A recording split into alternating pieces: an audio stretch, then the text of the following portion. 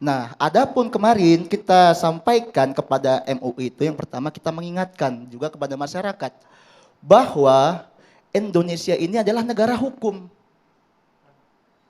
Indonesia ini negara hukum sebagaimana dalam pasal 1 ayat 3 Undang-Undang Dasar Republik Indonesia tahun 1945, negara Indonesia adalah negara hukum.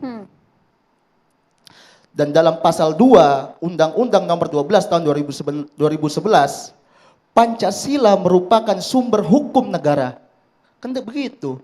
Apalagi dalam Pancasila kita diajarkan kemanusiaan yang adil dan beradab. Bagaimana kiranya kita menjadi orang beradab jika orang mempunyai perbedaan pandangan kita demo habis-habisan. Bahkan yang kita demo ini malahan pondok pesantrennya. Harusnya jika memang berbeda dan diyakini dan diduga ada kesesatan, serahkan kepada pihak kepolisian. Oke. Begitu. Mas Afif, kalau tadi kan secara hukum begitu ya, tapi Anda juga melihat tidak sih betul ada hal-hal yang melenceng secara syariat, tidak hanya secara ponpes Pondok Pesantren Al Zaitun saja, tapi juga kepada pimpinan yang saat ini sedang diproses oleh Barreskrim. Nah, baik juga terima kasih kepada Mbak siapa tadi? Maria. Mbak Diingat Maria. ya, Mas. Iya, siap. Lupa saya. Kayak intermezzo, biar nggak terlalu tegang. Nah, baik.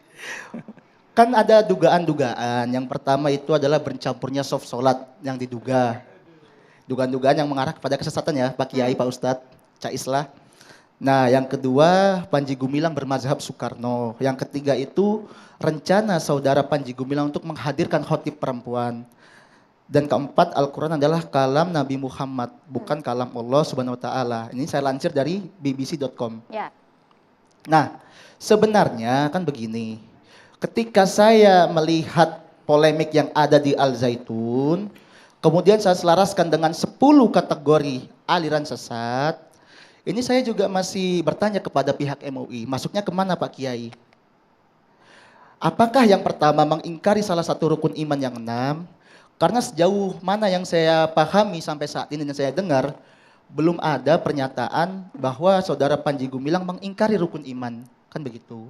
Ini kita perlu diskusi di sini. Nah, yang kedua, meyakini dan atau mengikuti akidah yang tidak sesuai dengan Al-Quran dan Sunnah. Apakah Pak Panji Gumilang demikian? Kan begitu. Yang ketiga, meyakini turunnya wahyu setelah Al-Quran. Apakah ada dalam video yang beredar di masyarakat itu, saudara Panji Gumilang meyakini adanya kitab setelah Al-Quran? Nah, yang keempat, mengingkari otensitas dan atau kebenaran isi Al-Quran. Nah, selama yang saya dengar dari pemaparan juga Pak Sudirman Abbas kemarin, bahwa yang dimaksud Al-Quran kalamullah itu bukan merendahkan otentik daripada Al-Quran tersebut, tapi bagaimana beliau meneguhkan ketauhidan. Sehingga yang saya pahami adalah, betul Al-Quran itu adalah kalamullah, tapi diturunkan melalui malaikat Jibril, disampaikan kepada Nabi Muhammad. Sehingga Nabi Muhammad menyampaikan kepada umatnya. Kan begitu.